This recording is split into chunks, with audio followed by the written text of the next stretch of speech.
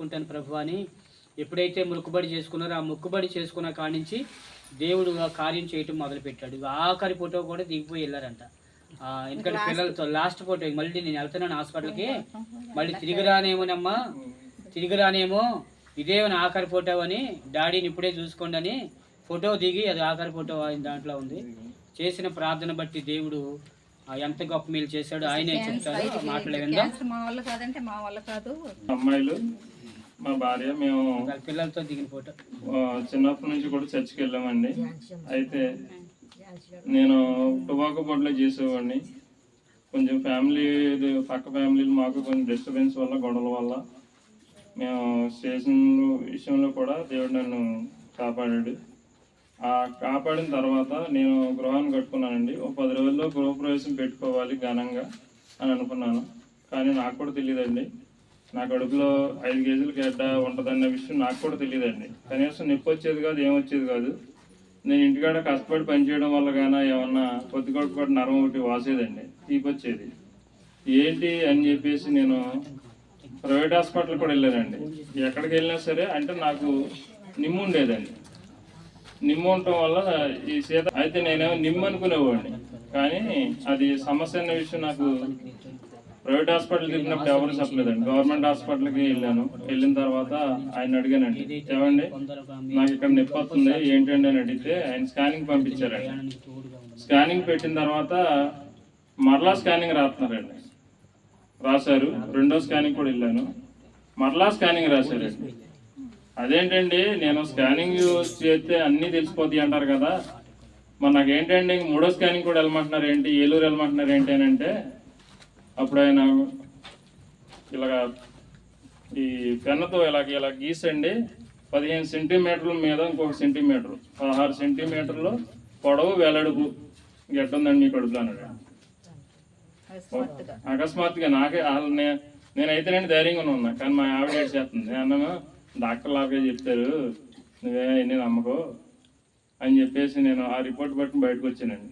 బయటకు వచ్చిన తర్వాత శ్వాసపూర్తికి వెళ్ళాం.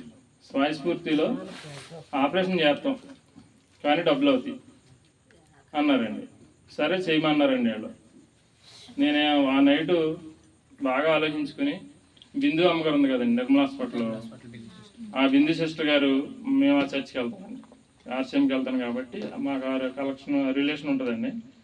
అమ్మగారు మీరు చేయండి, లేదంటే నేను మీరు ఎక్కడికైనా పంపితే అక్కడికి చేయించుకుంటానంటే నేను చేసే ఆపరేషన్ కాదు ఇది, వాళ్ళు ఇక్కడ ఎవరు చేస్తాను అందరు నీకు చేస్తాం, ఏదన్నా ప్రాబ్లం వచ్చినప్పుడు మళ్ళీ మీరు అంబులెన్స్ పెట్టుకుని వెళ్ళాలి, బోర్డంతా ఖర్చుతో కూడుకున్న పని, అవన్నీ వద్దు అని జిఎస్ఎల్ హాస్పిటల్కి రిఫర్ చేశాను రాజమండ్రి. అక్కడికి వెళ్ళిన తర్వాత డాక్టర్లు ఆ రిపోర్ట్ చూసి మనం ఎన్నో చూసాం, కనీసం 100 గ్రాములు కణి తీస్తే ఇన్ని కిమోలు ఇన్ని రేడియేషన్లు అని ఇస్తాం మనం 5 కేజీలు. ఏం ట్రీట్మెంట్ ఇవ్వాలో వాళ్ళకే అర్థం కాలేదండి. వాళ్ళు నేను ఆ నైట్ ఒకట నిర్ణయించుకున్నానండి, నీ చెప్తాం నేను నీకు అవసరం అనుకుంటే నన్ను ఈ భూమి మీద ఉంచు, లేదనుకుంటే తీసుకున్నానండి అని నేను ఎవరితోని మాట్లాడకుండా ఆ రూమ్ ఈ ఆపరేషన్ రూమ్కి వెళ్ళే ముందు కనీసం ఎవరి మొహం కూడా చూడలేదండి. నేను బతికొస్తే నన్ను నువ్వు ఏ రకంగా వాడుకోవడతావు ఆ రకంగా వాడుకో, లేదంటే లేదని నా పిల్లలతో ఫుడ్ కూడా దిగి ఇదే పనులకు వెళ్ళానండి. 1-2 గంటలు కనీసం 12 గంటల పైన పడుతున్న ఆపరేషన్ అరగంటలో సక్సెస్ చేసి డాక్టర్ గారు బయటకు వచ్చి మా తోలల్లుడిని మా ఆవిడలు ఏడుతున్నారండి.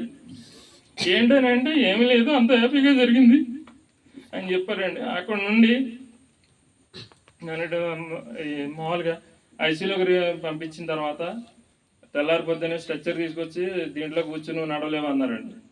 నేను 5 స్టార్ నుంచి మీ లిఫ్ట్ గార్డ్ నుంచి కిందకి నా రూమ్కి వచ్చే వరకు కూడా నేను నడిచే వచ్చానండి. అసలు దేవుడు అంత శక్తి ఇచ్చాడు. కనీసం నేను అంతకుముందు 15 రోజుల నుంచి అండి పొద్దున్న ఒక ఇడ్లీ సాయంత్రం ఒక ఇడ్లీతో ఉండేవాడిని, ఆకలేసేది కాదు. ఆ ఒక్క ఇడ్లీ తిని 4 గేదెలు ఉండేయండి నాకు. 4 గేదెలకి నేను అలా ఇప్పకుండా మేపేవాడిని అండి. 4 గేదెలకి కూడా పొద్దున్న ఒక మోపు సాయంత్రం మోపు నేను తెస్తే సరిపోయేదండి. కనీసం ఆ మోపు 4 మనుషులు లేపినా లేకదండి అలాంటి మోపులు తెచ్చేవాడిని. ఏంట్రా బాబు వీడేంటి ఇలాంటి మోపులు తెస్తున్నాడు, 4 కూడా లేపలేకపోతున్నాం అలాంటి మోపులు తెస్తున్నాడు అనేవాళ్ళండి అందరూ. కానీ దేవుడు ఈ మనల్ని ఎంత స్వస్థపరిచాడండి, అంత స్వస్థపరిచాడండి. ఇంకోటి ఏంటంటే మన విశ్వాసం మనం స్వస్థపరచుదని అయ్యగారు చెప్పినట్టుగా మనం విశ్వసించాలండి. మనం దేవుడిని అడగాలి. మనుషుల ప్రయాస వ్యర్థము, యెహోవా దేవుడు నేనే అని సెలవిచ్చాడు కాబట్టి మనం ఆయనకే మొరపెట్టుకోవాలండి.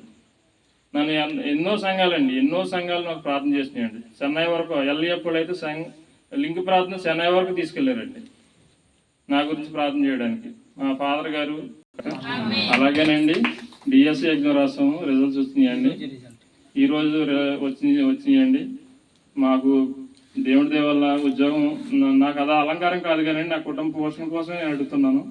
అది కానీ దేవుడు నెరవేర్చాలని మీరు అందరూ నా గురించి ప్రార్థన చేయండి, నా కుటుంబం గురించి ప్రార్థన చేయండి. ఈ చిన్న సాక్ష్యం దేవుడు దీవించిన గాక. స్తోత్రం. అందరూసారి గట్టిగా చేసిన ప్రార్థనే మనకి తిరిగి జవాబుగా వస్తుంది. డాక్టర్ గారు చెప్పేది కూడా అదే, మందులకు కూడా ప్రార్థనే ఉండాలని. మందులు లేకుండా ప్రార్థన వల్లనే తగ్గిద్దా అని రీసెర్చ్ చేస్తే 18 సంవత్సరాలు రీసెర్చ్ చేశారంట. ప్రపంచానికి దాన్ని బయటికి విడుదల చేశారు ఆ మాటని, దేవుడే స్వస్థపరుస్తాడని. అలాగే సహోదరులు చెప్పిన సాక్ష్యం చూసారా, ఆఖరి సమయం 5 కేజీల గడ్డ అంటే మాటలంటండి.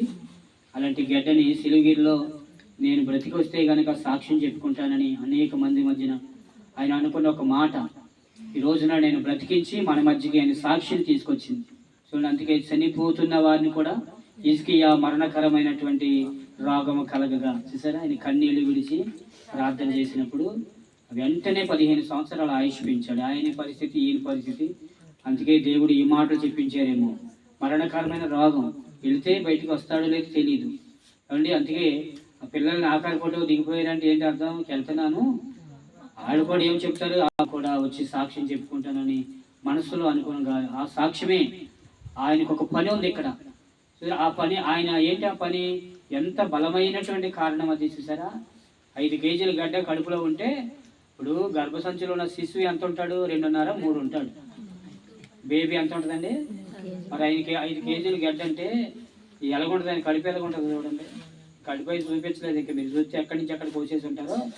మేమండి మేజర్ సర్జరీ అది, మామూలు సర్జరీ కాదు. మన మాస్టర్ గారు వచ్చారు వెంకటేశ్వర గారు, పేగులన్నీ పక్కకు వచ్చేసి ఈ పక్క వస్తే ఒక్క రోజులోనే ఆయనకి తేడా వచ్చేసి పక్కకి సర్దేశాడు దేవుడు రాత్రికి రాత్రి. ఎంత గొప్ప దేవుడు, ఒకసారి చప్పలు కొట్టండి. సహోదరులు ఇచ్చిన సాక్ష్యం మనందరూ బలపరచబడాలి. ఏమైనా చేయగల సమర్థుడు యేసయ్య. ప్రార్థన మనం చేయగలిగితే ఆయన ఏమైనా చేయగల సమర్థుడు. సరే, ఆయనే మనకు సాక్ష్యం. సిలుగిరి ఆశ్రమంలో మంచి ప్రియులాడ మరి సాక్ష్యం ఇచ్చిన ఆయనకి మరి విశ్వాసంలో బలపడుతున్న మన అందరి మీ అందరికీ ప్రభునామములో వందనాలు తెలియజేస్తాను. అందరూ ఆస్తమించి ప్రార్థన చేసి